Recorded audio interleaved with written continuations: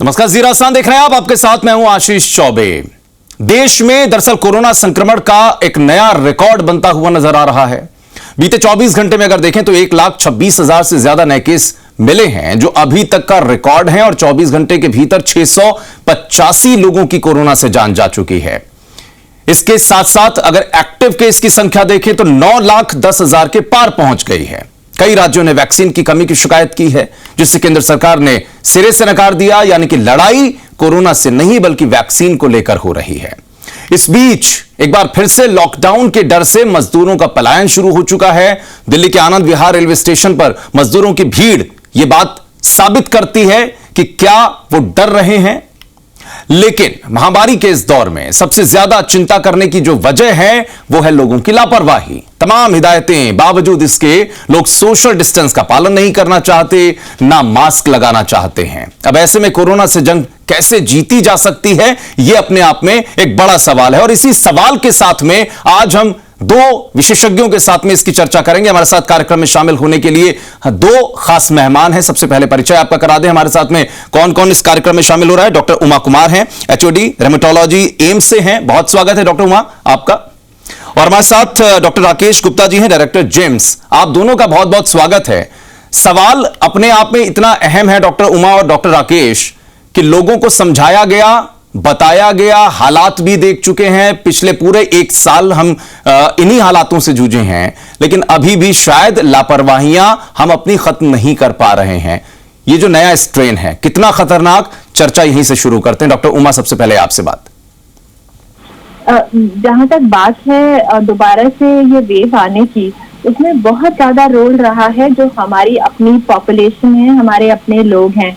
इतने सारे त्योहार गुजरे और आपने देखा है कि लोग भूल ही गए थे जैसे कभी कोरोना आया भी था। इतनी भीड़ भाड़ और फेस पे मास्क नहीं और हैंड सैनिटाइजेशन, हैंड हाइजीन भी भूल गए। तो एक तो ये वजह रही। दूसरी वजह रही कि जो वायरल स्ट्रेन चेंज हुए हैं, तो जो म्यूटेंट स्ट्रेन हैं जो आए हैं, चाहे वो यूके स्ट्रेन हुआ, साउथ अफ्रीकन स्ट्रेन हुआ, तो वो तो है और जिनकी इन्फेक्टिविटी बहुत ज्यादा है। कि इसका मतलब कि जो एक इंसान से दूसरे इंसान में फैलने की क्षमता है, इन दोनों ही स्ट्रेन की बहुत ज्यादा है, जिसकी वजह से आपने देखा भी कि केसेस बहुत जल्दी बढ़ रहे हैं। इसके अलावा इंडिया में भी डबल म्यूटेंट स्ट्रेन डिटेक्ट हुआ है और वो कितना इन्फेक्टिव होगा, कितना डेंजरस होगा, ये सारे रिपोर्ट्स अभी आने बाकी हैं। तो जो म्यूटेंट्स है, 700 से ज्यादा म्यूटेशंस वायरस में देखे गए हैं। लेकिन म्यूटेशन एक बहुत ही कॉमन प्रोसेस है जो सारे वायरसेस में देखने को मिलती है।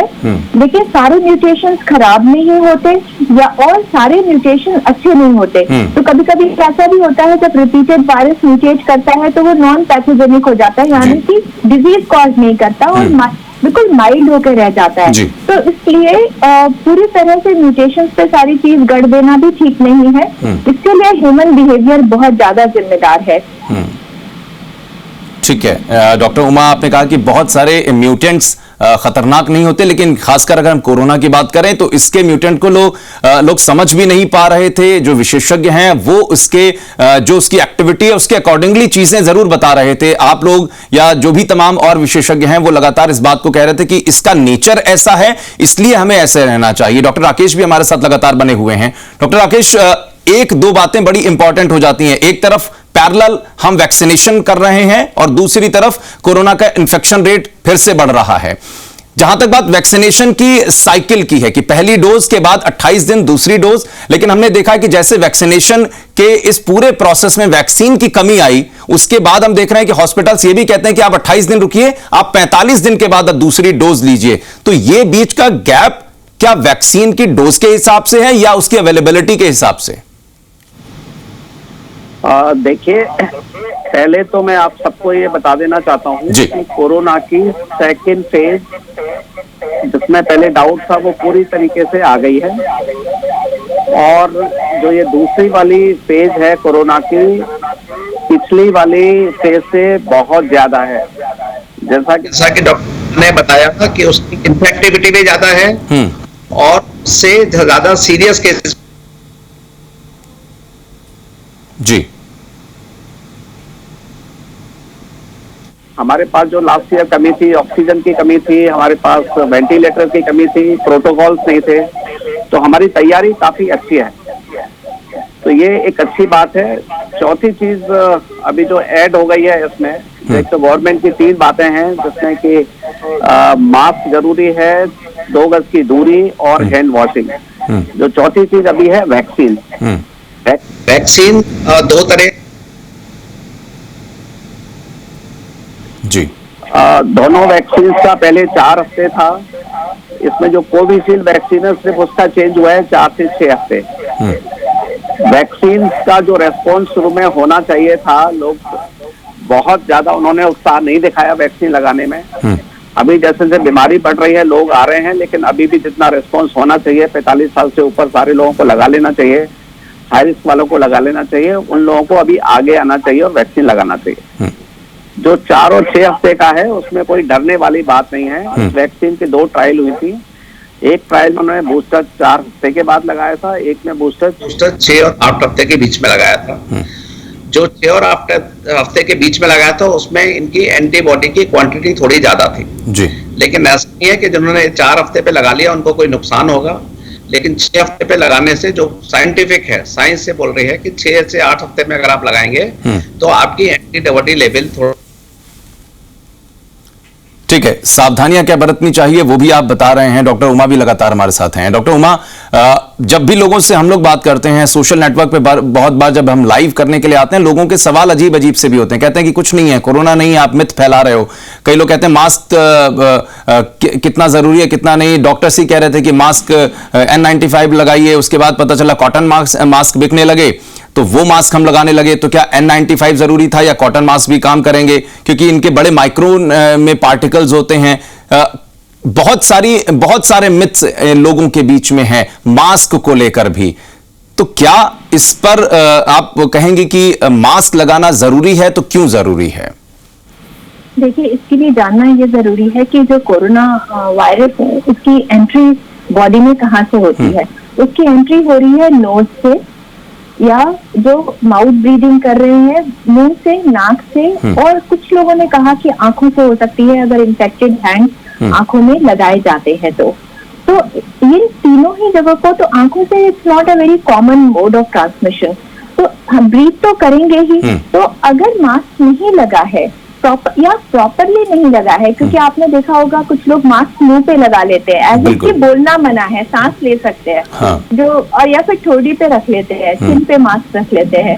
तो ये बिल्कुल गलत चीज है। आप नोज को और मुंह को बंद रखें मास्क से, उसके बाद आप कोरोना से बच सकते हैं। और इसके साथ साथ आपने अगर 2 गज दूरी की जो बात होती है, 2 गज दूरी तो एक ऑप्टिमम डिस्टेंस बताया, जिसको मैक्सिमम डिस्टेंस रख सकते हैं वो रखें, तो आप बिल्कुल कोरोना से बचेंगे। और वैक्सीनेशन की जहां तक बात है, सेकेंड वेव का जो खात्मा है वो वैक्सीनेशन से नहीं होने वाला, क्योंकि जो वैक्सीन है वो सेकेंड डोज के 2 वीक्स के बाद ऑप्टिमम प्रोटेक्शन देती है, जो कि करंट स्टेट में 70% तक बताया जा रहा है। और बाद में कह रहे हैं कि अगर उसकी वो बढ़ा दी जाती है interval between 2 doses from 6 to 8 weeks, even 12 weeks पे भी दी गई है कुछ कंट्रीज में, तो उसकी जो प्रोटेक्शन है वो बढ़ के 90% हो जाती है। तो इसलिए जरूर उतने दिन तक तो हम इससे सफर करते हुए नहीं रह सकते। केसेस भी बहुत बढ़ जाएंगे, इंफ्रास्ट्रक्चर कोलैप्स हो जाएगा, डेथ बढ़ जाएगी, मोर्टालिटी बहुत बढ़ेगी, सारी इकोनॉमी कोलैप्स हो जाएगी। तो सबसे ज्यादा जरूरी अभी इन्फेक्शन कंट्रोल करने के लिए है कि लोग सावधान हो जाएं, जरूरत पड़ने पर ही घर से निकले। अपने काम को बंद करने की जरूरत नहीं है, लेकिन ध्यान क्या रखना है, मास्क लगा रहे, जिससे नोज और माउथ दोनों कवर्ड हो। लोगों को N95 लगाने की जरूरत नहीं है, वो सिर्फ मेडिकल प्रोफेशनल्स के लिए है। लेकिन क्योंकि कंट्री में अभी मास्क की कमी नहीं है, तो जो लोग लगा सकते हैं वो N95 लगाएं, नहीं तो ट्रिपल लेयर लगाएं, तो कपड़े का मास्क लगाएं, लेकिन कवर रखे नाक और मुंह को। इसके अलावा जब अपने ऑफिस में या कहीं भी आप होते हैं, खाना खा रहे हैं, चाय पी रहे हैं, कॉफी पी रहे हैं, उस समय पे सिर्फ एक ही आदमी बिना मास्क का होना चाहिए जो टी कॉफी ले रहा है। बाकी के लोगों के मास्क पहने होने चाहिए। होता क्या है, 15-20 मिनट की पिज्जा पार्टी की या ऑफिस में बैठ के साथ साथ चाय पी लिया, तो उसमें भी स्प्रेड हो रहा है ये इन्फेक्शन। सारे के सारे लोगों को जिन्होंने अटेंड किया उनको इन्फेक्शन देखने को मिल रहा है, क्योंकि इस म्यूटेंट स्ट्रेन की इन्फेक्टिविटी बहुत ज्यादा है। बिल्कुल, इसमें यह भी देखना होगा कि जो सेकंड स्ट्रेन की बात हम लोग कर रहे हैं, क्या जितने केसेस आ रहे हैं वो सारे ही सेकंड स्ट्रेन के हैं, या अभी भी वो जो लोग इन्फेक्ट हो रहे हैं उनमें पहले जैसे ही कुछ सिम्टम है, क्योंकि सिम्टम भी अब बदल रहे हैं। इसीलिए हम लोग कह रहे हैं कि इसका कैरेक्टर, इसका नेचर कैसा है, कोविड का जो सेकंड स्ट्रेन है वो बहुत अलग तरीके से बिहेव कर रहा है, इसके बिहेवियर को नहीं समझ पा रहे हैं, इस वजह से ज्यादा दिक्कतें भी हैं। डॉक्टर राकेश भी लगातार बने हुए हैं। डॉक्टर राकेश, अगर देखा जाए तो जिम्स की भी बात अगर हम करें, रिकवरी रेट बहुत अच्छा था, लोगों को अच्छा एक इलाज मिला है। इस बार तो सेकंड स्ट्रेन है, आप कह रहे हैं, डॉक्टर उमा भी कह रही हैं कि कितना खतरनाक है, तो इस बार किस तरह से आप लोग और ज्यादा केयर के लिए या और ज्यादा इलाज में कुछ नएपन को लेकर आए हैं, या कुछ नई चीजें भी इंट्रोड्यूस कर रहे हैं इलाज में खासकर, या प्रिकॉशंस में खासकर?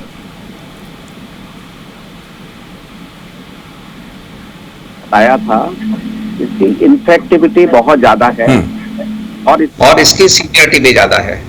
पहले हम देखते थे कि फैमिली मेंबर में खाली एक इन्फेक्ट हुआ है और बाकी फैमिली मेंबर्स को नहीं हुआ है। अभी ज्यादातर केसेस आ रहे हैं कि हमारे फैमिली में अगर 4 लोग हैं तो 3 लोगों को पॉजिटिव आया है, या अगर कोई फंक्शन में गए हैं तो 20-20, 30-30, 40-40 लोग। अभी कल भी KGMU में काफी फैकल्टीज को जो इन्फेक्शन हुआ है, या स्कूल्स में, हॉस्टल्स में। सो इसकी इन्फेक्टिविटी एक तो बहुत ज्यादा है, तो ज्यादा केसेस आ रहे हैं। दूसरी चीज, इसकी जो सीवियरिटी है, जो हमने लास्ट ईयर के हिसाब से देखा था, इसकी सीवियरिटी भी पहले से ज्यादा है। अभी आप देखेंगे कि हमारे ऑलमोस्ट 50% पेशेंट्स हैं जो आ रहे हैं यहाँ पे, उनको ऑक्सीजन की जरूरत पड़ रही है, और उसके अलावा उनको जो निमोनिया का जो सीवियरिटी है एक्सरे CT स्कैन में, वो भी पहले से ज्यादा है। तो अभी सभी लोगों को ये सोचना चाहिए, समझना चाहिए कि सावधानी रखें, इससे अभी भी बच सकते हैं। जो बचने के उपाय हैं, जो पहले 3 उपाय वो करें, साथ में वैक्सीन अगर एलिजिबल है तो वैक्सीन भी लगाएं, और जैसा मैडम ने बताया कि बाहर भी तभी जाएं जब जरूरत हो, और अगर बाहर से आए तो आप हैंड वॉशिंग और बाहर जाने पे मास्क जरूर लगाएं।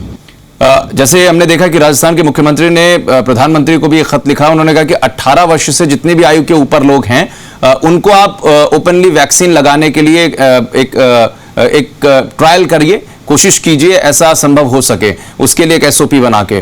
तो क्या 18 वर्ष से ऊपर की आयु वाले लोगों के लिए वैक्सीन की जरूरत आप भी समझ रहे हैं? और दूसरा सवाल ये, बच्चों के लिए जिनकी उम्र 18 से नीचे है और 0 से लेकर 18 के बीच के जो बच्चे हैं, उनके लिए क्या कुछ आपके हिसाब से होना चाहिए? अभी देखिए, जो गवर्नमेंट की गाइडलाइंस हैं, पहले उन्होंने हेल्थ वर्कर, फ्रंटलाइन वर्कर्स को स्टार्ट किया, because they were at maximum risk. उसके बाद उन्होंने 60 साल से ऊपर के लोगों को स्टार्ट किया, क्योंकि कोरोना में देखा गया है सबसे ज्यादा मोर्टेलिटी या तो एल्डरली एज में होती है, या जिसको कोमॉर्बिड कंडीशंस होती है। तो गवर्नमेंट ने जो इनिशियली स्टार्ट किया था फेजेस में 60 और से ऊपर या 45 से ऊपर जिनको कोमॉर्बिड कंडीशन थी, सेकंड हिस्से में 45 के ऊपर सबको वैक्सीन लगाने को बोला। तो ये सब इसलिए किया जा रहा है क्योंकि जो मोस्ट ससेप्टेबल लोग हैं उनको पहले वैक्सीन लगना चाहिए। अगर आप ओपनली सबको कर देंगे, खोल देंगे, तो जो लोग डिमांड थोड़ी ज्यादा है, demand supply also we have to match. तो उसके हिसाब से धीरे धीरे गवर्नमेंट का भी ये प्रयास है कि मैक्सिमम जितने लोगों को आप आ सकते हैं, जान बचाना बहुत जरूरी है।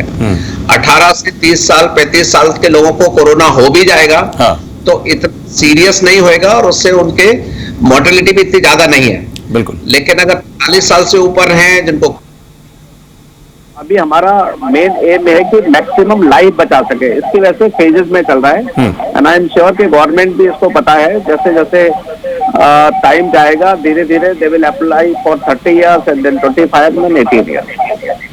चलो बिल्कुल। और डॉक्टर उमा भी हमारे साथ लगातार हैं। डॉक्टर उमा, दिल्ली में जो स्थिति है, हमने देखा कि हाईकोर्ट को यह कहना पड़ गया कि अगर आप कार में अकेले हैं तो भी मास्क लगाइए, घर में हैं बुजुर्ग या बच्चे हैं तो भी मास्क लगाइए। अब मास्क को लेकर आपने अभी काफी कुछ बातें कही हैं, बाकी और जो स्थितियां सेकंड स्ट्रेन की या इस नई स्ट्रेन की दिखाई पड़ती हैं, इसके हिसाब से हमें क्या क्या और सहूलियतें होकर या अपने तरीके से और क्या कुछ उपाय करने चाहिए, या प्रिकॉशन के तौर पर हमको क्या क्या चीजें और करनी चाहिए, मैं चाहूंगा उसको आप बताएं। देखिए, मास्क के अलावा ऐसा आपने बात की कि गाड़ी में कोई अकेला जा रहा है तो भी वो मास्क लगाए। हाँ, अगर ओपन है, कार के शीशे खुले हुए हैं, तब तो जरूरी होता है। लेकिन अगर कार के अंदर है तो मैं मानती हूँ अगर अकेला कोई ट्रैवल कर रहा है तो उसे मास्क की जरूरत नहीं है। और दूसरा, जो N95 लगा के अगर कोई कार में ट्रैवल कर रहा है तो बहुत देर तक N95 लगाने से भी थोड़ी प्रॉब्लम्स होती है, जो मेडिकल प्रोफेशनल्स अच्छी तरह जानते हैं, तो इसलिए वो थोड़ा रिस्की रहता है। इसके अलावा जो जरूरी है वो है कि लोगों को आइडेंटिफाई करना, उनको मतलब टेस्टिंग करना, उनको आइसोलेट करना और उनको ट्रीट करना। तो ये तीनों स्ट्रेटेजी जो फर्स्ट फेज में लागू की गई थी और हमने काबू पाया था इन्फेक्शन में, वो इस दौरान भी जरूरी है। इसके अलावा लोगों से मैं ये कहना चाहूंगी, हम बुजुर्गों को मास्क घर में पहनने के लिए, चाहे क्लॉथ मास्क के लिए इसलिए कह रहे हैं क्योंकि जो एडल्ट पॉपुलेशन है वो वर्क जॉब पे जाते हैं, लेकिन अक्वायर इन्फेक्शन, उनको इन्फेक्शन हो सकता है और वो एसिम्प्टोमेटिक हो सकते हैं, तो जिससे कि वो ट्रांसमिट कर सकते हैं इन्फेक्शन, लेकिन उनको कोई लक्षण नहीं आए, ये संभव है। तो इसीलिए अपने पेरेंट्स को हग करना, उनसे थोड़ा डिस्टेंस ना करें, थोड़ा डिस्टेंस रखें, और अगर वो मास्क लगा के रहते हैं तो ठीक है। और थोड़ी घर में परेशानी, पहले घर में लोगों का बहुत आना जाना जो है उसको रेस्ट्रिक्ट कर दें। इसके अलावा बाहर से कोई चीज आई हुई है उसको इमीडिएटली टच ना करें, या फिर आपने छुआ तो हाथ को साबुन पानी से बहुत अच्छी तरह से 20 सेकंड तक धोएं। तो ये सारी सावधानियां लेने के बाद, और दूसरा, गवर्नमेंट लेवल पे और मेडिकल लेवल पे आई वुड से इंफ्रास्ट्रक्चर को थोड़ा सा और रैंप अप करने की जरूरत है, जितना हो सकता है, क्योंकि ऑलरेडी वो स्ट्रेच हो चुका है। क्योंकि मेडिकल प्रोफेशनल्स तो ज्यादा नहीं बढ़ सकते ओवरनाइट, इंफ्रास्ट्रक्चर यूजलेस है अगर उसको ट्रेन पीपल नहीं है तो। और वैक्सीनेशन जरूर करवाएं, वैक्सीनेशन जरूर करवाएं, यही गवर्नमेंट भी कह रही है, यही हर वो व्यक्ति कह रहा है जिसने खुद भी वैक्सीनेट अपने आप को करवाया है। बहुत बहुत शुक्रिया डॉक्टर राकेश, डॉक्टर उमा, दोनों आप दोनों लोगों का, और जो जानकारी आपने दी है निश्चित रूप से लोगों के लिए काफी फायदेमंद साबित होगी, खासकर ऐसे में जब हम एक बार फिर से उसी स्टेज में जाते हुए दिखाई पड़ रहे हैं जिससे हम बाहर निकल कर आए थे। बहुत बहुत शुक्रिया। तो कोरोना क्लिनिक में आज के लिए फिलहाल के लिए बस इतना ही, दीजिए इजाजत, नमस्कार।